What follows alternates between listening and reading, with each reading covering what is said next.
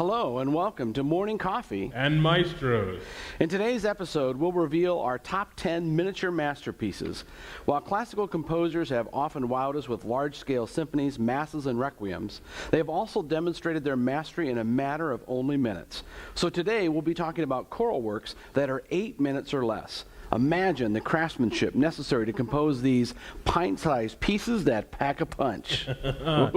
And we would like for you to join in the conversation on both Facebook and YouTube.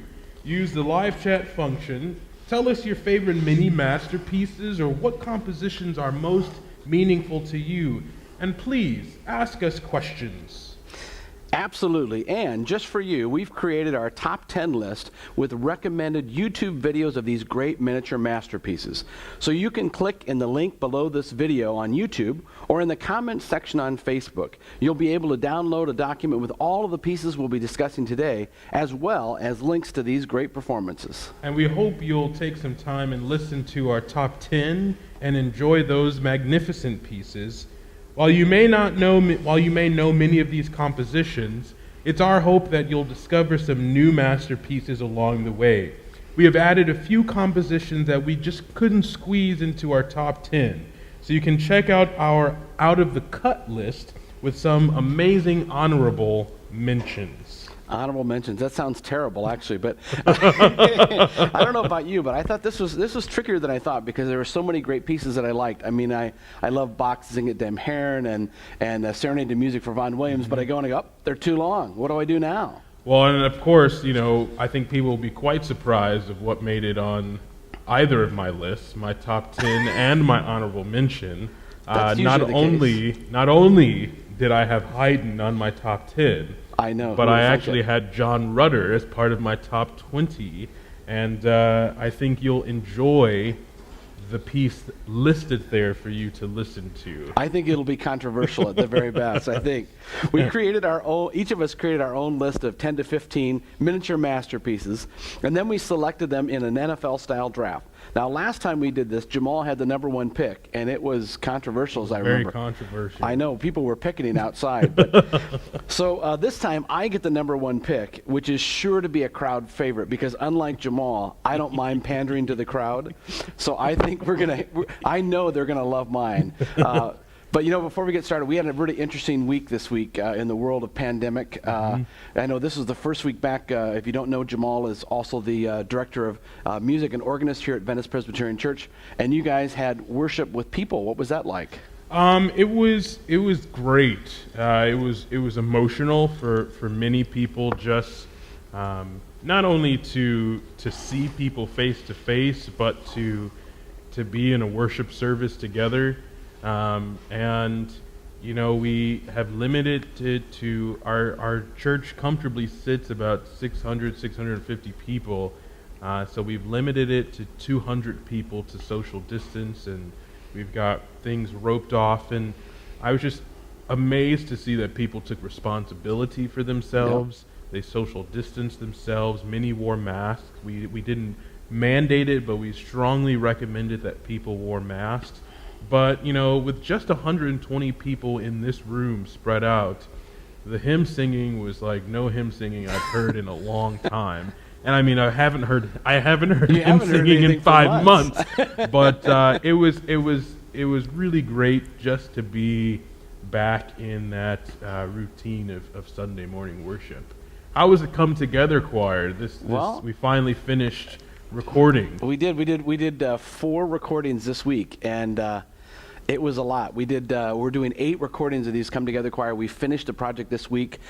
We had a great choir of 9, and Jamal, you were our accompanist. We had a great time. It was great just singing, and I think what really struck me the most is how even though we're in this pandemic, we're very resilient. We're going to find ways to do what we can as safely as we can, but still be able to do the things that ennoble us, that make us better people, and certainly making music is one of those. So I think what's great about this is it's a choir that really is created for our off-key choir, off-key chorale for those living with Parkinson's, and our Where Are My Keys chorale for those living with memory loss and their care partners. And it's a chance for them, when we're not meeting face-to-face, they're going to have, beginning in September 24th, they're going to have a weekly experience, almost as if they were there in the room with us. So I think it's really important for them.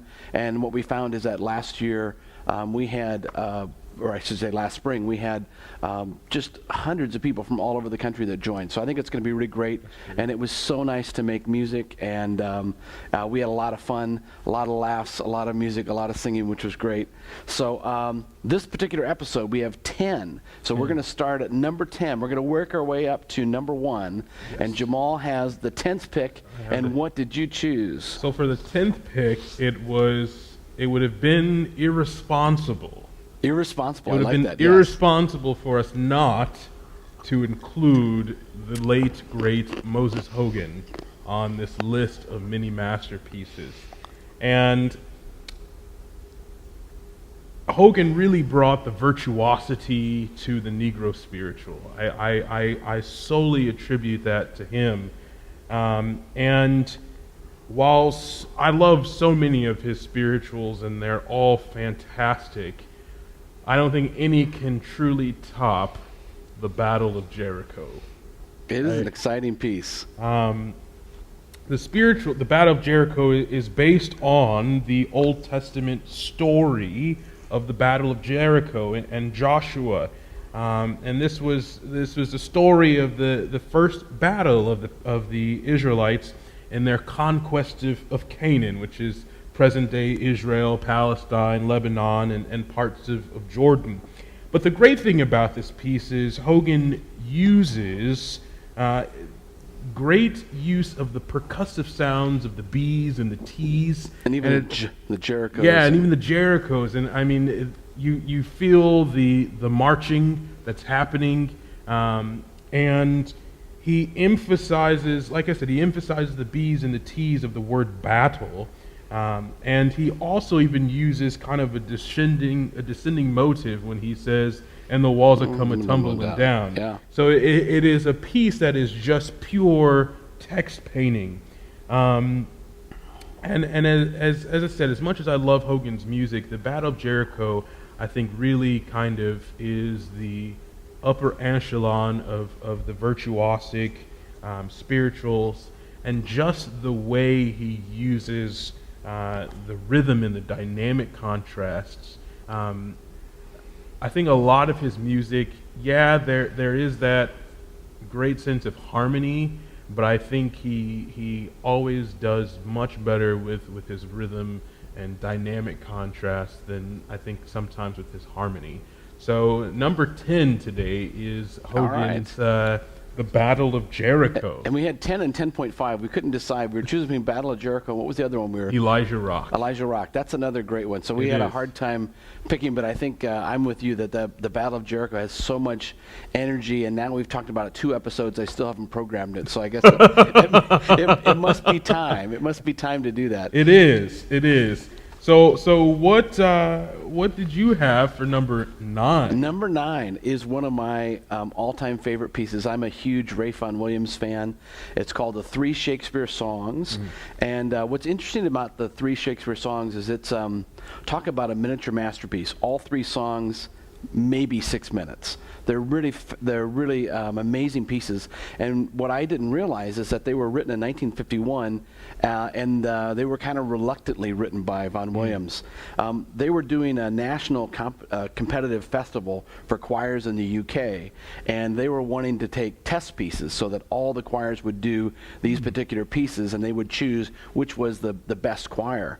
And at that time, a collaborator with Vaughan Williams was Cecil Armstrong Gibbs, and he said, instead of using an existing piece, we should have you write the test piece for this competition. And I think Vaughan Williams thought, I'm not doing that. That's wasn't very interested in me. And I think he said, we shouldn't do something that's never been done. We should take a piece that's been tested and use that as a test instead of a new piece. And so Gibbs finally gave up, knowing that Vaughan Williams was never going to do this.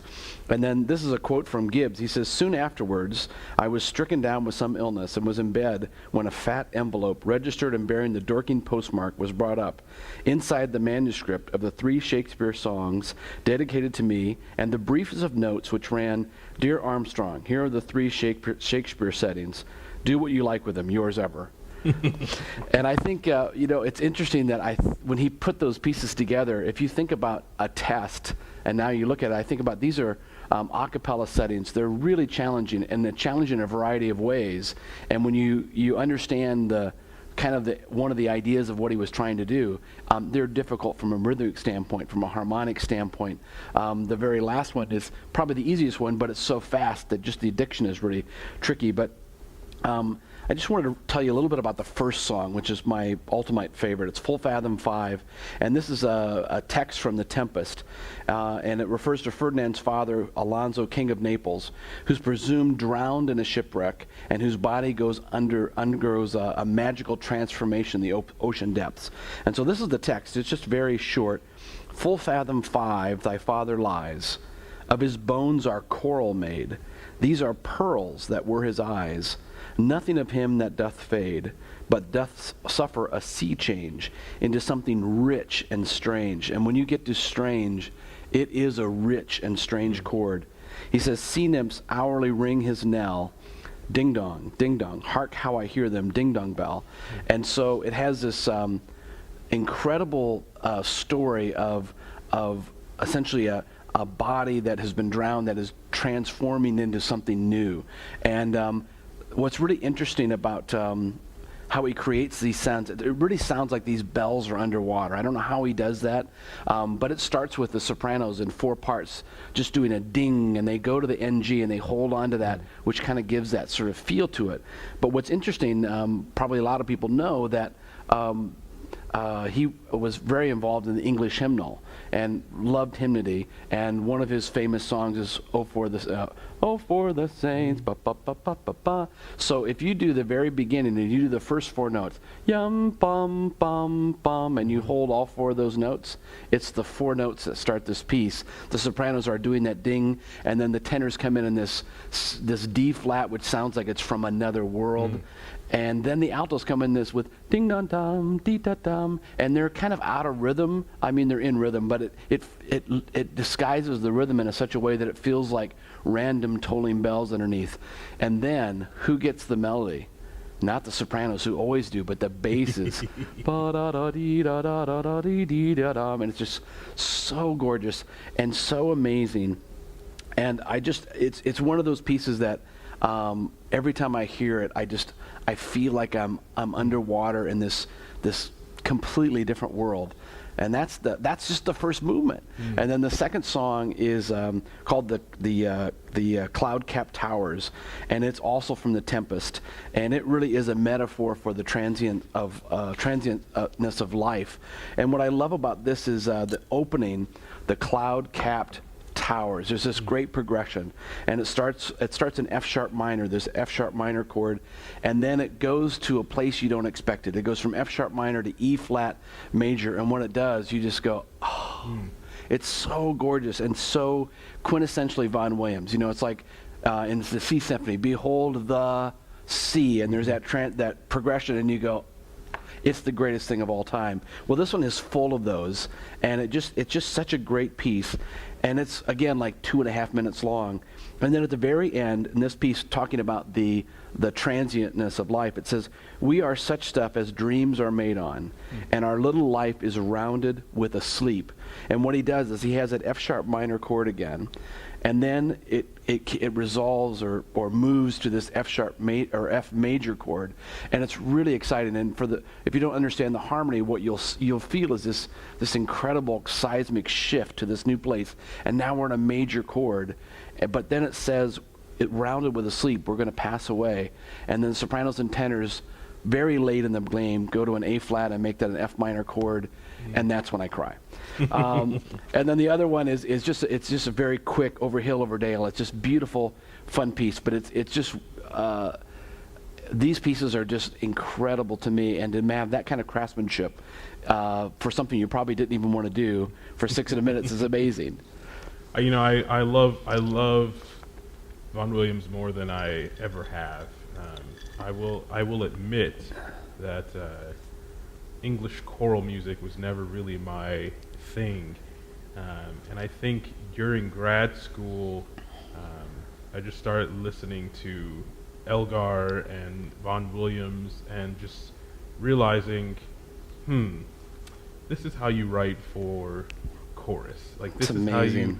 This is not just with the texture of harmonies, but just in the way I feel like English choral music has mastered voice leading, and really helping a chorus to sing well, to sing within their range, and I think in Vaughan Williams' case, I can also say it about Elgar, but I think in Vaughan Williams' case, there's no other composer that, in my view, writes so well for basses in terms of like the choral piece itself. They're just lush. I mean, it's amazing. I'm probably a little different than you are. When I was just starting college, I was enamored with everything English. I didn't want to hear a woman soprano or a woman alto. I would just love boy choirs and everything English, and the more obscure the English composer, the better. And I got so immersed in that. But then after a while, even though I love the sound of a boy choir, it's like the warmth and richness of the female voice is so powerful. So I kind of took a sabbatical away from English music, but now I think it's again, I love like Bairstow and Elgar and Vaughan Williams, and there's so much great music, but it's interesting. I think I was really immersed in that in college, and anything that the Cambridge singers did, I wanted to do. But I think that's just part of maturing. I think you have different taste, and so that's our number 7, or sorry, our number 9. Number 9. Number 8 was your choice. What did we choose for number 8? So for number 8, I chose this piece because, for me, when I'm choosing masterpieces, I'm not just thinking from the standpoint of it being just the best work ever. I think critically about the young conductor, the older conductor, pieces that help a young conductor mature. And I feel like number 8, the Veni Sancte Spiritus by Mozart, is certainly a good masterwork or masterpiece for a young conductor. The Veni Sancte Spiritus was the first piece I ever conducted in front of a semi-pro chorus and semi-professional orchestra, and it really kind of put my guns to use of whether or not I could do this thing. But unlike me at age 12, Mozart was busy composing this piece for the dedication of a chapel in Rinwig, and it's thought that he was writing this as a compositional exercise in preparation for his Missa Brevis in G, which is one of the pieces I conducted on my senior recital. And I have to say, as much as I love the Missa Brevis in G, I like the Veni Sancte Spiritus much better. So this piece is known as the Golden Sequence, and most of the music you will hear from me is generally mostly sacred, because I just love it. That's just who I am. If I could be the next Sir John Nelson, I would, and make a career out of this. So it's a sequence for the Mass for Pentecost. This is not fully mature Mozart. I mean, he's 12 years old, but 1, this displays his genius abilities, and 2, in his geniusness, able to pretty much on the spot play and compose in the styles of his father and of Michael Haydn. So I know many of us love the older Mozart, and of course some of his greatest works came from that time, but I think masterpieces like these are great for a young conductor and for church musicians or choral conductors who are beginning to introduce their ensembles to the deliciousness but ever deceiving counterpoint of Mozart. And that's kind of what you experience in the Veni Sancte Spiritus. Is the counterpoint is a bit more deceiving than it looks. But it's simple in nature, but it packs a punch. I think this piece, if you were to put this against his Regina Coeli, I would go, everybody loves the Regina Coeli, but I would go Veni Sancte. It's got better brass writing. It does. It's so I chose number 8 from the sheer point of giving ideas to those who might be watching, who are wanting to introduce their choruses or church choirs to Mozart, or a young conductor who is able to step in front of a semi-pro chorus and orchestra.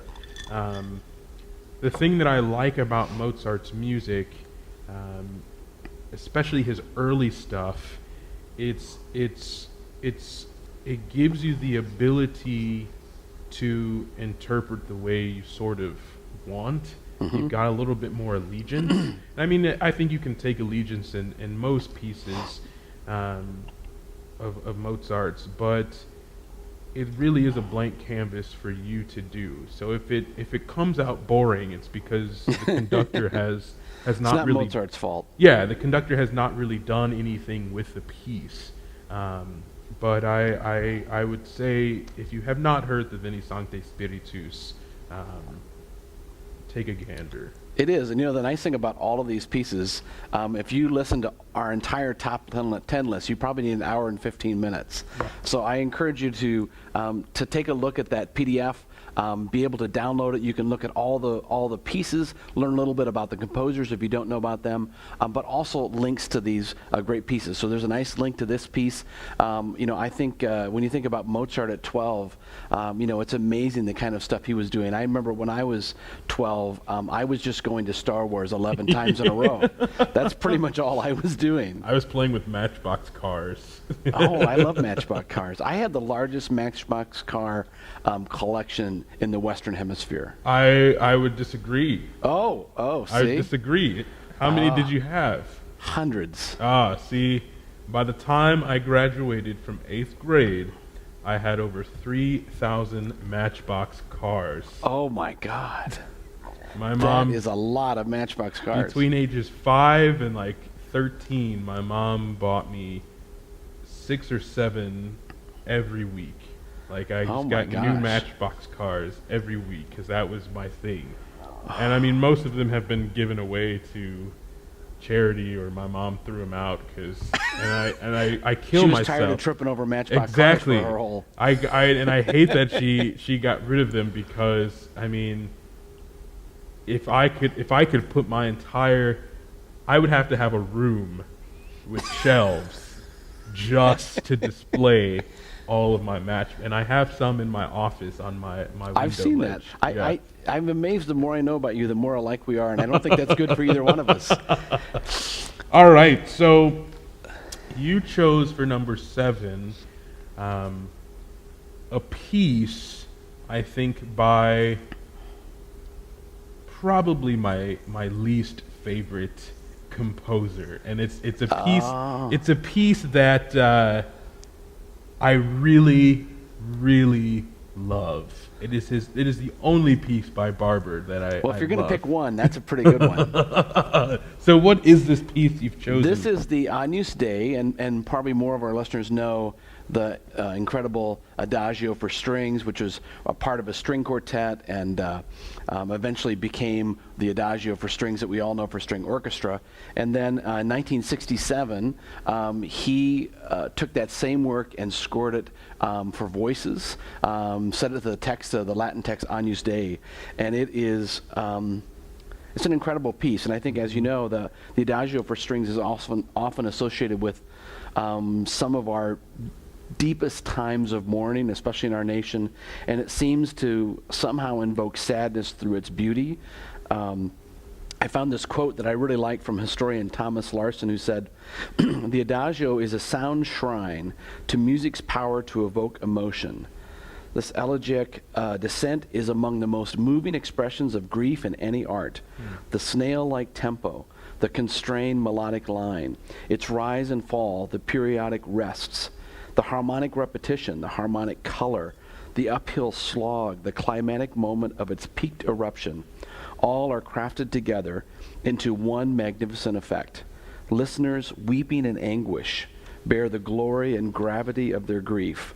No sadder music has ever been written. That might be the saddest paragraph you've been written. That's seriously very depressing. But I have to say, this is one that I think we both felt pretty convinced it was going to come in here at number 7, and it is such a powerful piece. And as you know, Barber wrote many pieces, but he's really known by this one. And talk about moving to tears. Barber may have been moved to tears for other reasons, because he told WQXR Radio in 1978, "They always play that. I wish they play some of my other pieces." So he just, I think that's I guess the one problem of a composer who has one piece that is so completely related to them and it's so powerful. He wrote lots of other pieces, but that's the piece that people know. And I'm kind of what makes it work for me in a special way. I love it with strings, but when you add the layer of text to this, now it becomes almost a spiritual work. Even though it may not be conceived that way, when you hear it, I don't know how you can't be moved by a spirit or something. Yes. And it's 69 measures long is all. And the reason why I love, and I shouldn't say that's the only piece by Barber I like. Antony and Cleopatra is a very good and good that opera. Was a flop when it came out. I too. know, that's a very good opera. And I have a recording of my vocal coach performing that in New York City. But the fact that the text of Agnus Dei was set to that, I think that's why I love it so much, because you think of when you think of the word sin, and you think about Lamb of God, take that you are, and it translates just to us of just the pain, the hurt of life. And wanting a force to take that away, and the gravity of what you're dealing with. And I think to have put the Agnus Dei text to the Adagio for strings was like, it's perfect. The perfect text. I can't even think of a better. You couldn't even put any Robert Frost to that text. Yeah, I think you're right, because the beautiful thing in the Agnus Dei is there's not much text, so it really allows the music and the text to meld in a way that, and my favorite part, and probably the reason I don't do it ever, is when the solo soprano comes in and sings that C flat, and I just melt. It's just so amazing, and it's one of those pieces, to perform it well is just. It's hard to find a good live performance because it's so challenging. These lines are just, the longer the line is, the better the performance, but the more difficult it is from a singer's perspective. We don't have endless bows, so it's an incredible piece, and I think my favorite performance has always been the Dale Worland Singers. My favorite CD of all time is Cathedral Classics. It's on there, and it was the first time I'd ever heard that.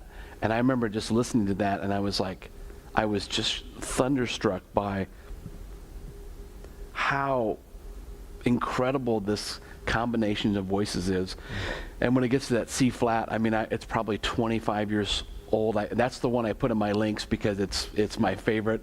Although I heard a couple other ones and I kind of like that one too. But it is a great piece. Have you ever done that piece? I have not had. I've had the opportunity to play it in a string ensemble, but I have not had the privilege of singing that piece. It is. It's on my bucket list. Yeah. But it's going to be. I don't know. I don't know if it's on the bucket list of the poor choir that's going to have to try to learn that, because it's difficult to perform, but it is. it's undeniable that if you do that performance of that piece, that it's undeniable that it's not going to touch everybody in some way. It's just that powerful.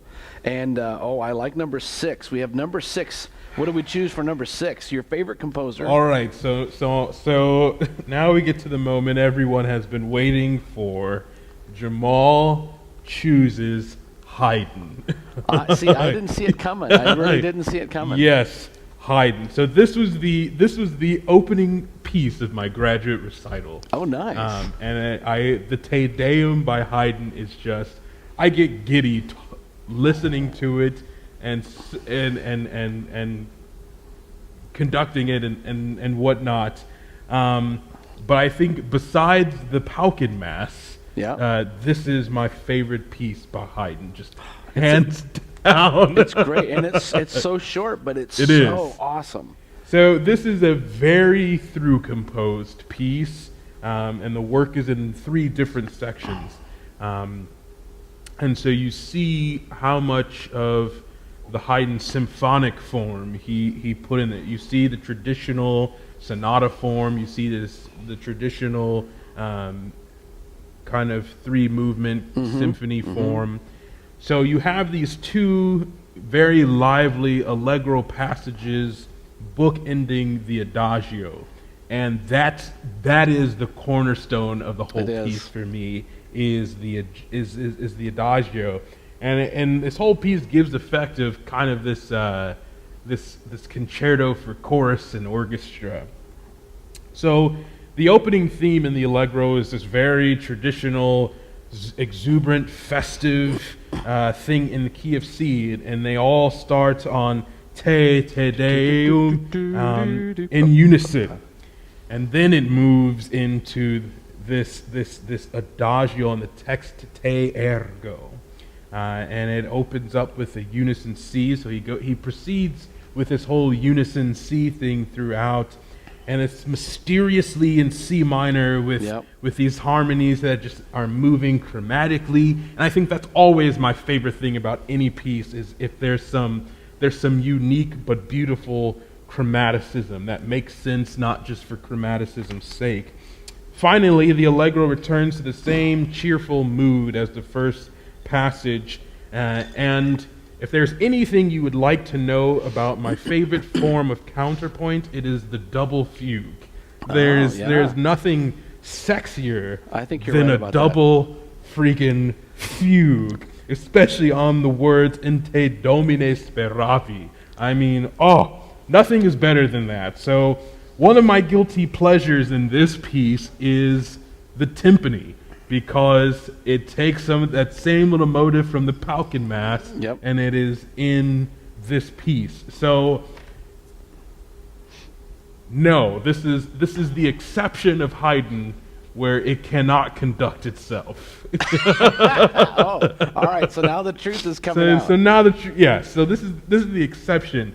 But if you were to make a Haydn top 10 list, it would end at number 2 for me, and it would be Pauken Mass, Haydn Te Deum, and then everything else is just, once you've heard a Haydn symphony, you've heard them all, and really you just got to stand there, give a nod to the orchestra, and let them do their job. Now, you're forgetting about the creation. Now, granted, you need a conductor for the creation. That's an impossible work. Without a conductor. I don't think it was easy with a conductor. No, it probably wasn't. But I just, I think that,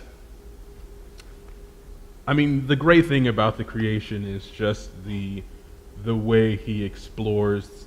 He really tries to bring out the sounds of nature, in especially with the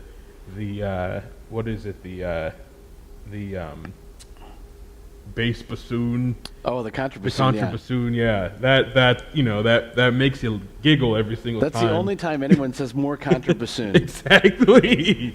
But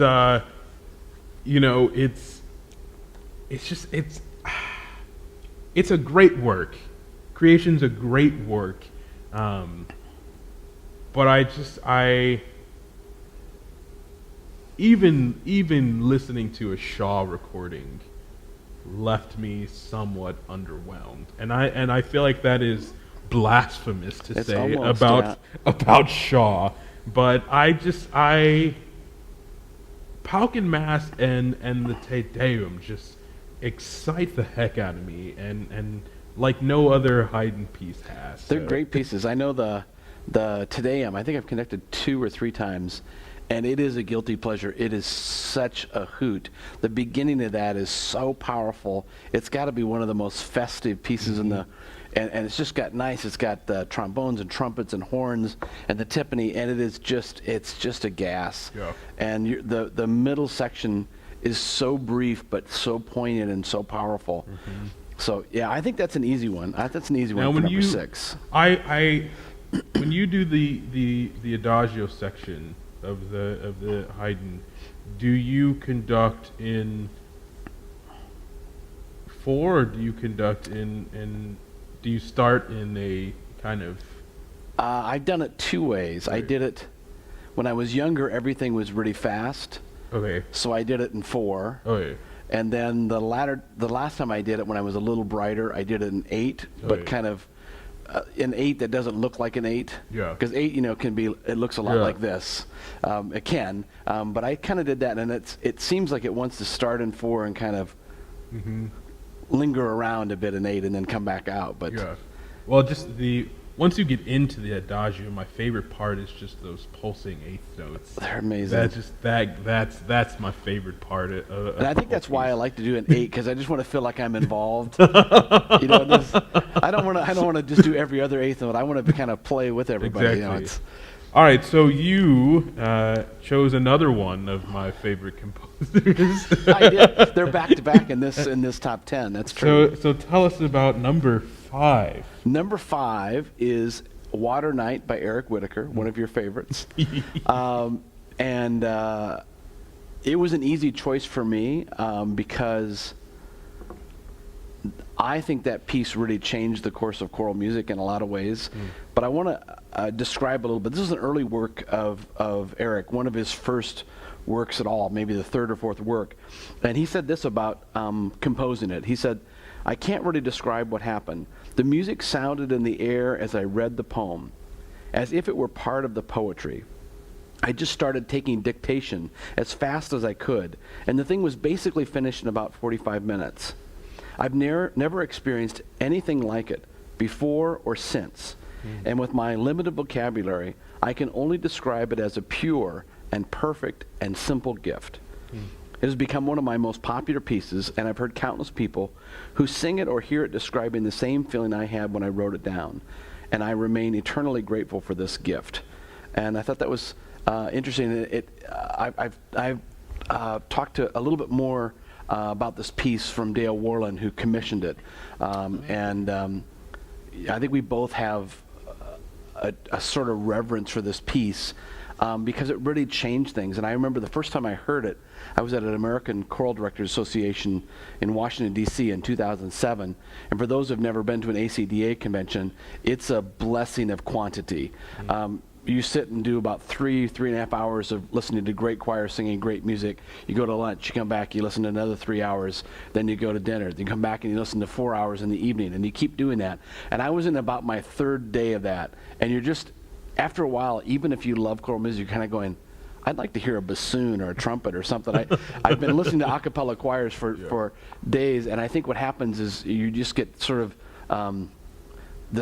you're sort of almost numb to all this great music. And so I was in this form of numbness in the afternoon, and St. Olaf Choir came out, and they had a piece called Water Night by Eric Whitaker. I'd never heard of Eric Whitaker. I didn't know anything about his music. And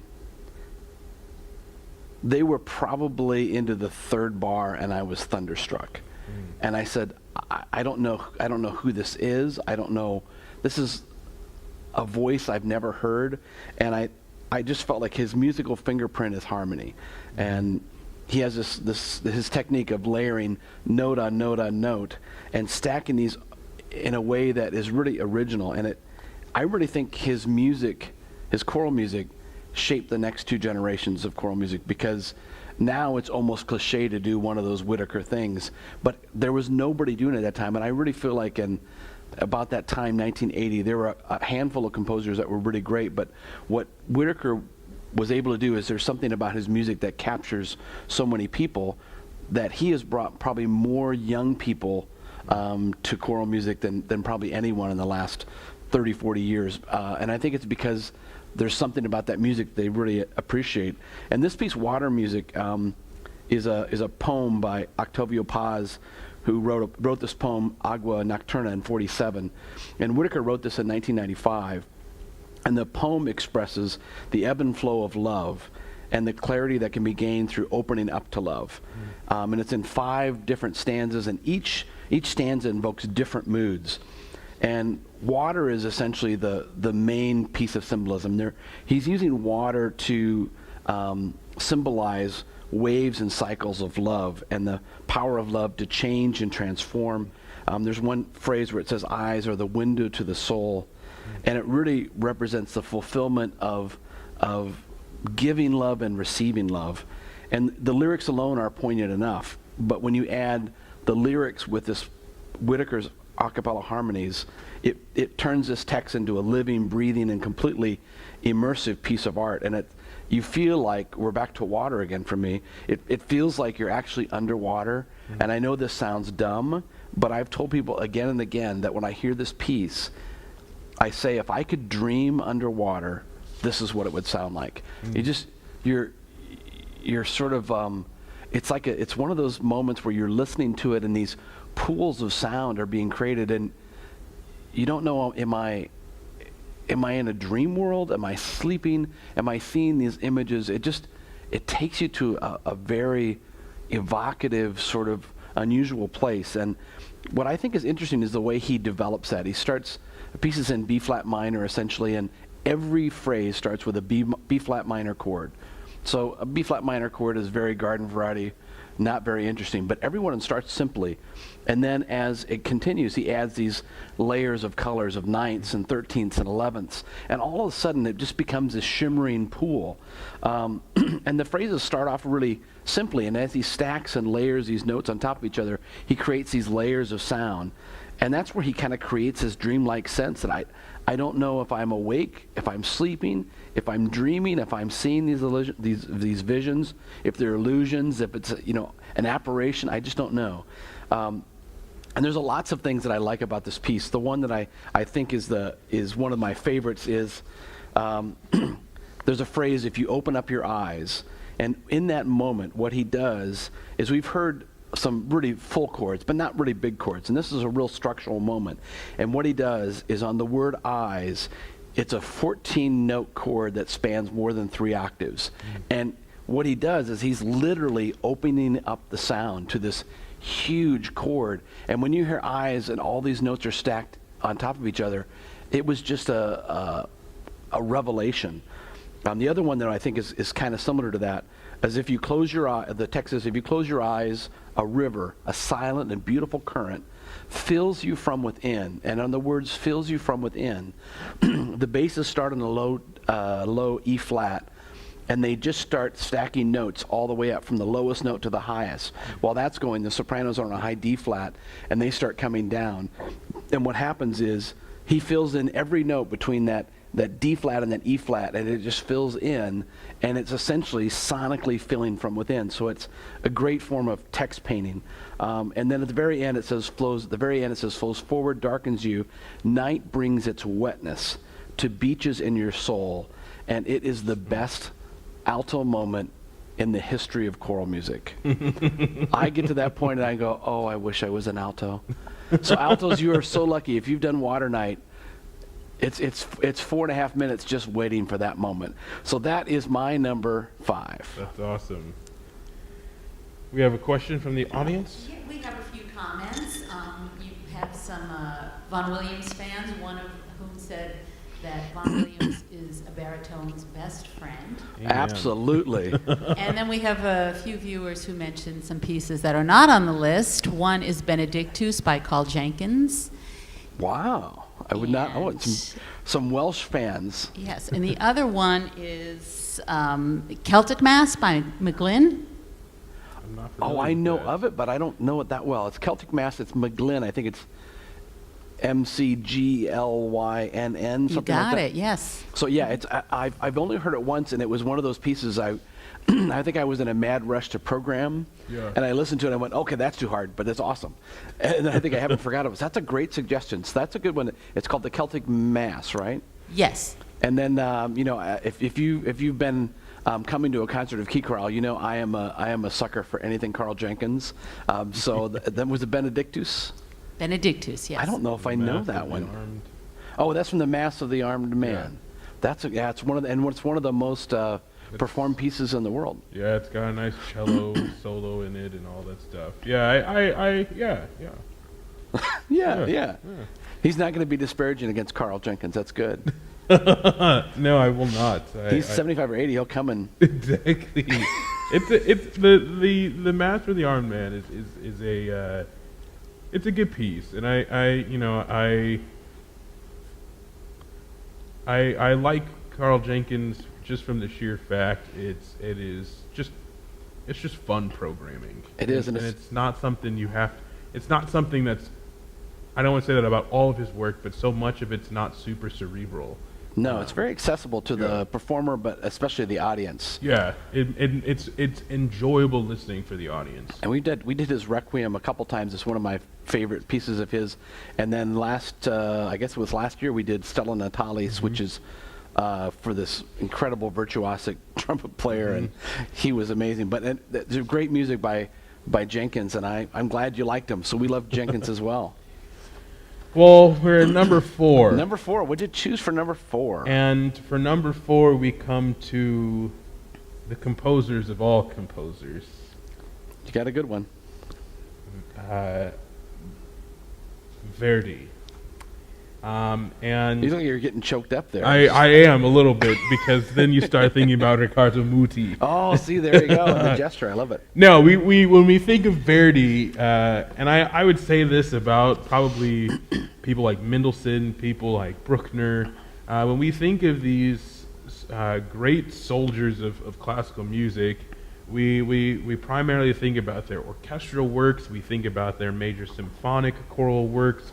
When we think about Verdi, we think about his Requiem. And of course, we think of the great Riccardo Muti, who is one of the greatest Verdian scholars and conductors on the face of the earth. And we think about Aida. We think about his operas. I mean, his operas are simply amazing. And then when we think of kind of motets and sacred choral literature, we kind of just ascribe it to Bach and his predecessors. Right. But the art form of motets and those kind of religious works, I think, really took off with people like Mendelssohn and with Bruckner and with Verdi. And so today we take a look at we gander at Verdi's Ave Maria. This is simply a stunning piece that makes no sense. I agree. It just makes no sense. It comes from his 4 sacred pieces, and if you have not heard his 4 sacred pieces, you are in for a treat. Each one of them is a masterpiece. In Each its own one of right, them yeah. is. The piece is difficult, but not extremely scary to the point where you don't want to do it. The key to this piece, in my opinion, and I will always say this about this, which seems anti-Verdi, but Right, it does, yeah. is less vibrato as possible. This piece is extremely chromatic in nature, and has a lot of close harmonies. So all the tones across the chorus need to match. So when we look at the structure of this piece, there is a cantus firmus, and basically this cantus firmus is a locked-in melody that occurs throughout the whole piece, and generally will make its way around each part of the chorus.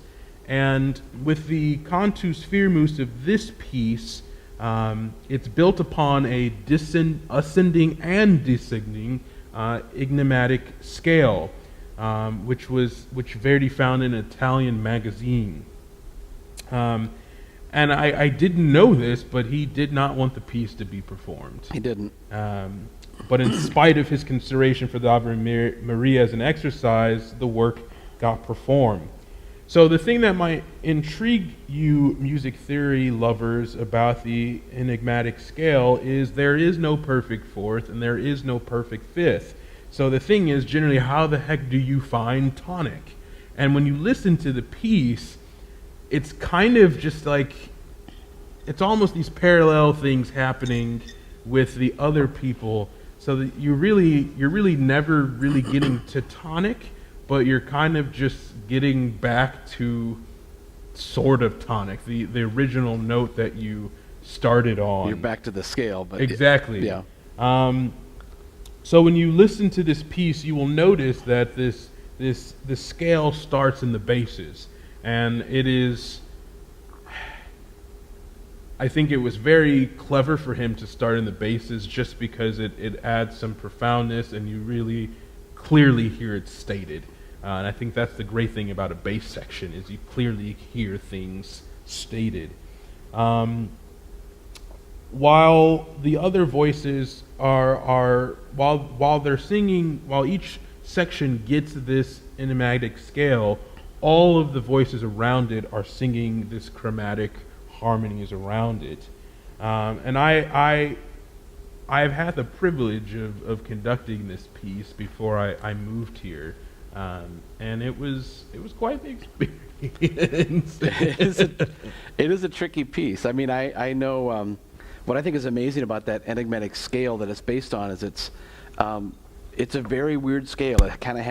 It's kind of major in parts of it. It's kind of minor in parts of it. It has 3 consecutive you also whole tones. Yeah, you hear whole the tones. whole tones in there. Yeah. So it's a bugger to tune, but it's and that scale moves through the piece so slowly, and it's just unaccompanied voices. And well, the one experience I had with it was a workshop at Carnegie Hall with Robert Shaw, and he was doing that with a chorus that had come from all over, and it was the best choir I'd ever heard that wasn't a choir that rehearses every week. Mm-hmm. They came, and a lot of us were choral conductors, professional singers, and so they brought a lot of musicality to what they're doing.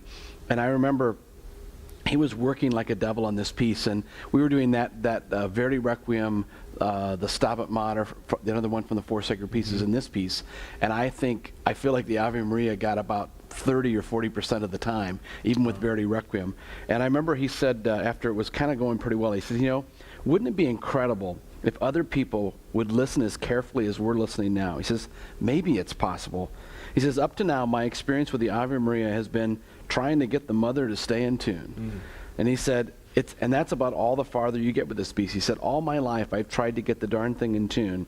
He says, now I find we can do it in tune, and it ain't music quite yet, but we're getting there. And I think, that it's just one of those pieces that enigmatic is a kind of a nice way of saying about it. It's a mystery how this piece is such a marvel. Mm-hmm. And I think, I imagine a lot of people have not heard this piece, and I think the link we gave you, I believe, has the music so you can see what's going on. This one, I think you almost need to see it as well as to hear it, because part of what's so amazing about this masterpiece is his ability to use this enigmatic scale and create incredible harmonies with a scale that really is, from a composer, kind of like the test of your genius, I think the whole thing with not having the perfect fourth and perfect fifth is there are often times in the piece where the harmony just feels empty. It is, yeah. It feels super empty, but you still have this chromatic motion happening in the other 3 parts. It really is it had to be on this list because it's a piece of sheer genius, and I think when I did my top 10, I think I was at number 4. So we were in total agreement on that one. So it's a great piece. And when I was really working on it, I mean, I think I was too young to conduct a piece like that.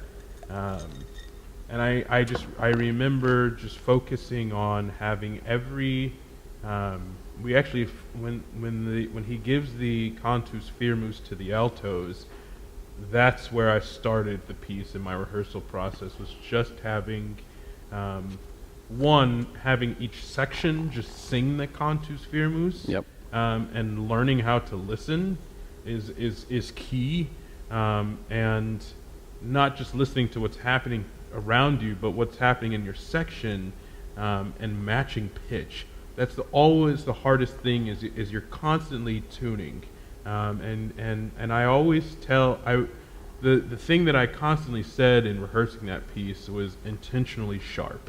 Yeah. Just think intentionally sharp. Think up. Think that you're sitting on top of the pitch. That's where you want to be. But the people I was working with, some of them had done the piece, but not all of them had done the piece. So I mean, you give them a piece of Verdi, so automatically the first thing they do is they bring out their best Aida voice, and I'm just like, this isn't in tune whatsoever. No, it'll betray you in this piece. Yeah. So the major focus for me was, and I probably pushed way too hard on it, just because I was too immature of a conductor to perform, to conduct a work like that, especially with a professional singers. But just focusing on just the purity of tone. Obviously, it's impossible to sing that belabored of a piece with no vibrato, but if anything, we need to be able to match vibrato to some degree. So that is now being 4 years out. I wish I could kind of go back and Right. take what I know now and do it, and it'll still be immature, but it'll be a little less immature than the last. Well, I think what time I happens did is, it. I'm since I'm a little older than you, I've had the privilege of coming back to pieces 2 and 3 and 4 times, and in spite of myself, I get smarter. Mm-hmm. But it reminds me of how I was, very immature in those early performances. But a piece like this, so many times you think, well, you got to sing straight tone. And, for the listeners at home, if you have a lot of vocal color and fluctuation of pitch in a piece like this, it robs you of the ability to tune, but also the ability of the audience to be able to hear the harmonies changing. So, I think that's a great thing about coming back to these pieces. They're masterpieces, so we can always learn more about them, and we can always get better at what we do. All right, so number 3, you chose a favorite of mine. It's one of mine. This one also, I think, total agreement. We were both, it was on our list, and it's O Manu Mysterium, and it's Tomás Luis de Victoria, the great Spanish Renaissance composer. I think in a lot of ways, not just the best Spanish Renaissance composer, the best Renaissance composer. I think there's just something about his music that is totally different than anyone else of that era.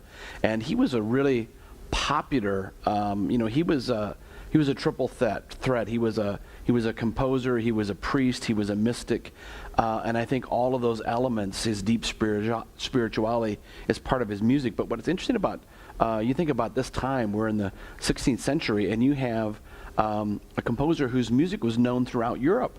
Mm-hmm. In fact, in a little research, I didn't realize this, his music went to Mexico. So there is just, he was really known in many parts of the world in a time when that was just unheard of.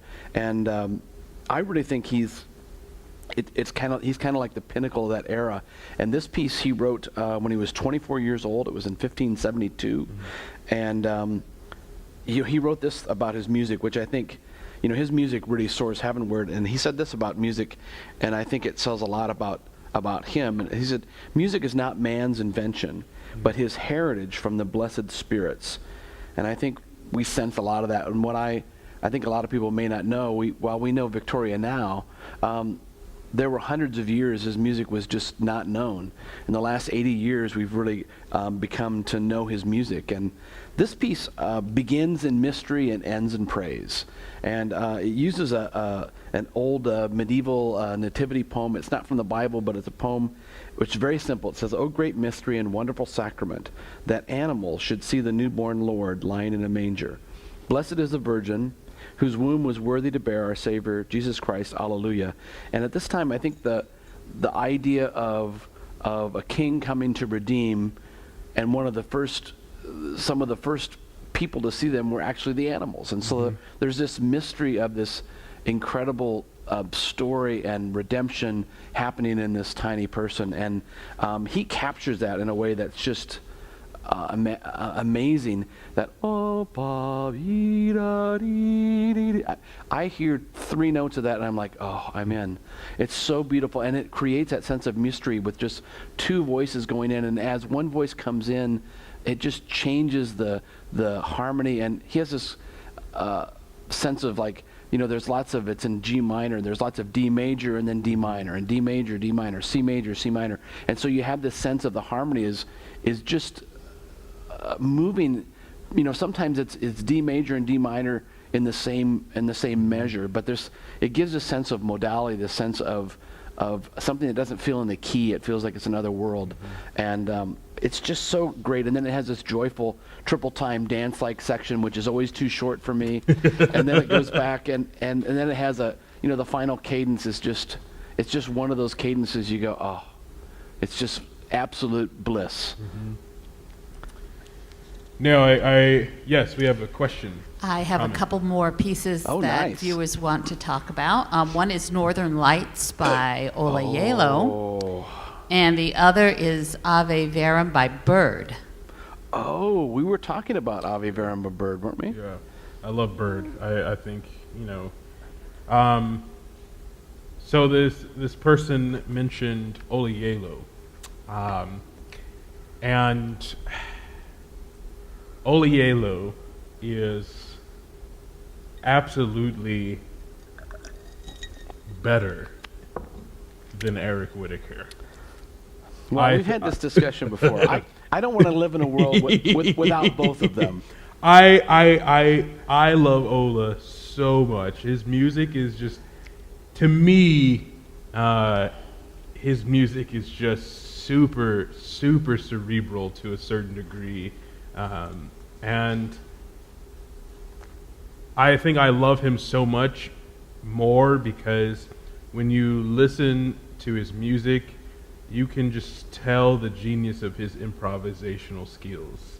You can. And I think that's the reason, I think Eric Whitaker is fantastic. Hear me say that. I think he is fantastic, brilliant. He is the Fabio of choral conductors. But I think Ola is my guy just because of all musical skills, improvisation is my favorite skill, which is why I love Baroque music so much, because I'll never forget sitting in a chamber ensemble at the harpsichord, having to realize figured bass in time, and I did it justly, but to think about these composers who could sit there and not just realize figured bass, but like improvised a crap out of some figured bass, and just it's just Baroque music is the original funk. It is the original That's funk. true, yeah. It's got a rhythm section and everything. It does, and so I love Ola for the sense of, if he were a church organist, I would probably be in heaven listening to him improvise Incredible. on hymns every Sunday morning, because his music, so much of his music is coming from that improvised sort of way. It's amazing. I know Key Chorales commissioned Ola twice, and we would probably commission them every year if we had enough money to do that. But when she talking about Northern Lights, I love Northern Lights. I guess what I'm thinking about when I think about Ola Yelo, okay, it's like, well, is it Northern Lights? Is it Ubi Caritas? Is it Sacred Heart? Is it Cross of Vast Eternal Sky? Is it Dark Night? I mean, they're all great. I love them all. So there's so many great pieces, and William Byrd, a great English composer. Bird is the word. Bird is the word, and some great music, and the Ave Verum that they mentioned, one of my all-time favorite pieces of his, and very accessible. That it's simple enough that that an average choir can do that and experience great music. Speaking of great music, do you have another one? No, I don't have any others. You just look so engaged, Ellen, over there, which is hard to do with us, I would think. But the second one is Mendelssohn. Tell us a little bit about number 2. So, anyone who knows me knows that Mendelssohn is my. I have a top 5: Bach, Mendelssohn, Verdi, and a few others I won't mention because they're too controversial. Well, the first 3 aren't, which is good. No, they're not. So when it comes to Mendelssohn, just like Verdi, we think of him for my favorite symphony in the world of that time is the Reformation Symphony. That's a gorgeous. It is bar none one of the best. But when we think Mendelssohn, of course, we think Elijah. We think his orchestral works. We think his symphonic choral works. But I think that in the world of choral music, Mendelssohn, and this is not symphonic choral music, I mean in the realm of sacred text, motets, unaccompanied choral works, Mendelssohn is a force to be reckoned with. And I think he has added so much to the library of choral work. The piece I'd like for you to listen to is Mitten wir im Leben sind, and it means in the midst of life we are in death. And this is a motet based on a text by my favorite human being, Martin Luther, who was the Protestant, father of the Protestant Reformation and of the Lutheran Church. And it was written as a part of the Dreikirchenmusik during Mendelssohn's first visit to Rome. And I think this is at the point where Mendelssohn is turning into a much more mature composer. He's already written a Midsummer's Night Dream. So this is the beginning stage of his maturity. And then also this is the time, and when you listen to this piece, you'll notice the heavy influence of Bach. This is at the point in his life where he is really immersed in the music of Bach, and it's because of Mendelssohn that we really know Bach very well. So the first thing I love about this piece is it's a double course. It is, and it starts with the men. It starts with the men, gorgeous. And it is beautiful. And you see the homage to Bach in the contrasts, the textual contrasts, and also the cantus firmus that's interwoven throughout the whole piece, and that really reminds us of his love for the contrapuntal nature of Bach and Pergolesi and all of those people.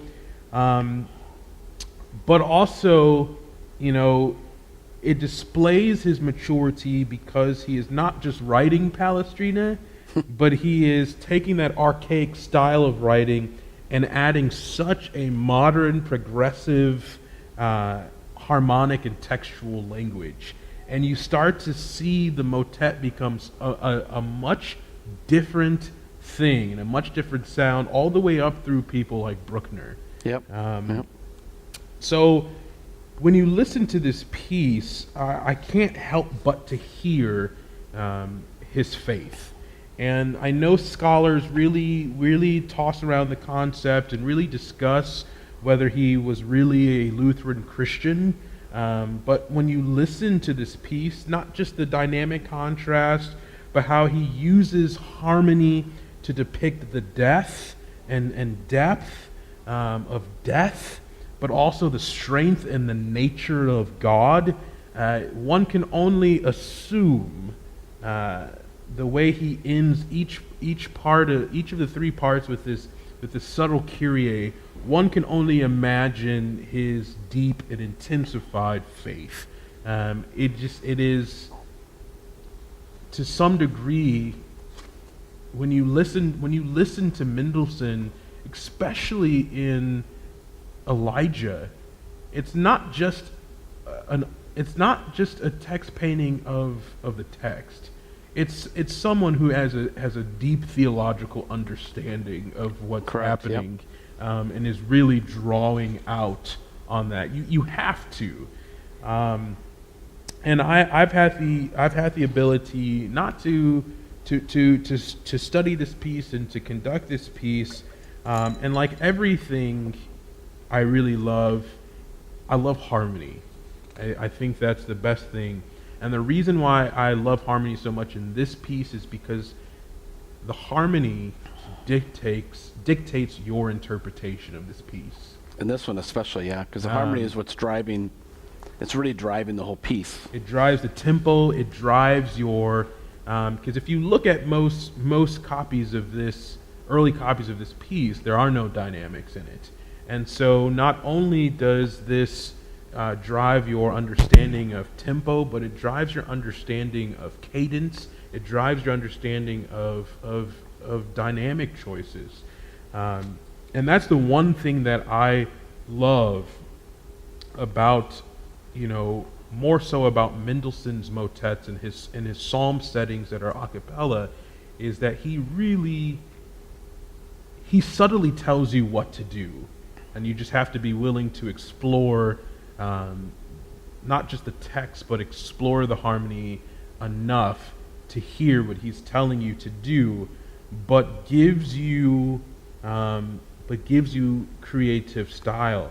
And I don't know about you, but would you say that the motets of like Victoria, Gabriele, and Palestrina are more driven by harmony or more driven by text and tempo? I would say generally by I would say this with Victoria, he was probably the first composer to really embody text painting and music, and a time where it was all about the harmony and the lines and how they interact. And he had that in his works, but the ability to find harmonies that matched the text in it was, I think to me, I think that's probably why I think he's one of the greatest in the Renaissance, because he has that element of text painting. But I think, with what you're saying with this piece, it's all about, in your score study, knowing the harmony, but also understanding enough about the composer to know what was the driving force in the composer. And if you feel that sense of his deep faith in that, along with a harmony, and you can kind of put those two together, then out of that comes an interpretation that is in the keeping with what the composer wants, but yet, like you say, in that case, Mendelssohn doesn't give you a lot of clues. He doesn't say, put a crescendo here and it's going to be this dynamic. He really leaves it up to you to be the interpreter of that piece. Yeah. So we come now to number one. And I will have to admit, while it's an extremely great piece, I was surprised that you chose this to be number one. I feel like between both of these shows, we've had very controversial number ones. I was expecting, Lawrenson or maybe, Bach or something like that, but you really chose a wonderful piece, and a piece that everyone loves. And if they don't love it, then they just have no heart whatsoever. I think that might be true. Yeah, so when we talked about this idea, I immediately knew number one. Number one for me is Ave Verum Corpus of Mozart. And I think when you say as a masterpiece, it doesn't have to be... you don't have to do heavy lifting to make it a masterpiece. And this one is all about simplicity. It's 46 bars long. It's 3 minutes of the most blissful music in the world. And I think it's Mozart's simplicity that draws you in. The choir there's not polyphony, there's not contrapuntal lines. The choir's mostly singing together. So what's the driving force? A little bit like Mendelssohn was, it's the harmony. And his ability to say, I'm not going to be showy, but I'm going to be true to the words and bring it out. And we talk about text painting. Again, it's the same thing. There are lines, it's only 8 short lines of Latin, and there are like, on the word possum, which is suffering. You can feel the suffering in those chords, the mild chromaticism he uses, which at that time was pretty chromatic for that day. In cruce, when the sopranos go up to that in cruce moment, it's talking about the cross and the sacrifice. There's a moment where it says unda fluxit, which is the flowing of the water, and the music itself flows. You see that. And then there's the moment of esto nobis, which I'm sure if you get to heaven, there are sopranos and altos that go esto nobis, and it says, the text is, may it be a foretaste of the heavenly banquet, and it is a heavenly banquet. And I think that piece, it's so amazing, and it was written in the last 6 months of Mozart's life, after an 8-year hiatus of sacred music. He wrote it for almost as a payment to a friend, a little bit like Picasso would do a little sketch and hand it to one of his buddies. And it was Anton Stoll, who was a chorus master at a small little church in Baden, and he wrote it for him. And I think maybe because Mozart was thinking of the limitations of a country church choir, he really wanted to give them something that they could handle. And I think it's one of those, I think its accessibility is why everybody loves it. Sure. Because to do a transcendent performance, it's a lot harder than it looks. But even a good performance touches your soul. And I remember when I was a kid, young freshman in high school, I was in all-state choir, and there's probably 300 or 400 of us. And we sang Ave Verum Corpus, and maybe that's why I chose to go into music. Yeah. Because it just, to hear all those voices and to be surrounded with that incredible harmony and this wonderful chromaticism that's moving so slowly that it gives you time to think about that next chord and the next chord. And, it's one of those pieces that I think because people love it so much, not to be maudlin, but I've had choirs sing that at so many singers' funerals because it's a piece that just resonated with them. And I don't think you can sing that as a singer and not have an out-of-body experience, because it's just that amazing. So that is my number one. I am certain that no one is going to dispute that. If they do, you're just wrong. I'm sorry. I would agree. You're just wrong. So we are out of time. But before we close out, I just wanted the two of us to name three right off the top of our head of our favorite of this list, this other 10 list of Out of the Cut. And I will say it is not a masterpiece, nor should it be considered a masterpiece, but it is a guilty pleasure, is Jesus Child by John Rutter. I can listen to that 50 times in a row. I can't stop hearing it because you keep talking about Jesus Child. But I would please tell you to listen to the Dies Irae by Z. Randall Stroop. It's a really good one, and the recording I put there is the best recording. The pianist just really brings alive the whole Dies Irae. And Locus Iste by Anton Bruckner. It's just fantastic stuff. See, those are your three, and we had a fun time putting this list together. Choosing three is hard, but I would have to go Pilgrim's Hymn of Stephen Paulus, which we talked about. It's just divine. Sure in the Shining Night by Morton Lordson, I think is the greatest melody ever written in the last, ever. If I'm picking a third, wow. I'm not going to go Jesus Child for many reasons. Maybe I'll go Ubi Caritas Duraflay. I think that's where I would go. Yes, good one. So I think, next time on Morning Coffee. And Maestros. We'll be having a conversation called Paying It Forward. As musicians and conductors, we all have had important mentors in our lives, people that influenced us, taught us about life and music. As students go back to school, we're reminded on how important band teachers are, and choir directors and orchestra teachers are to our youth. These gifted teachers inspire, they give endlessly, and they leave positive impressions that last a lifetime. So think about someone who a musician or musical teacher in your life who has impacted you, and write a paragraph or two, and please send it to us at info@keycorral.org before Friday, September 4th, and we'll share that as part of our episode.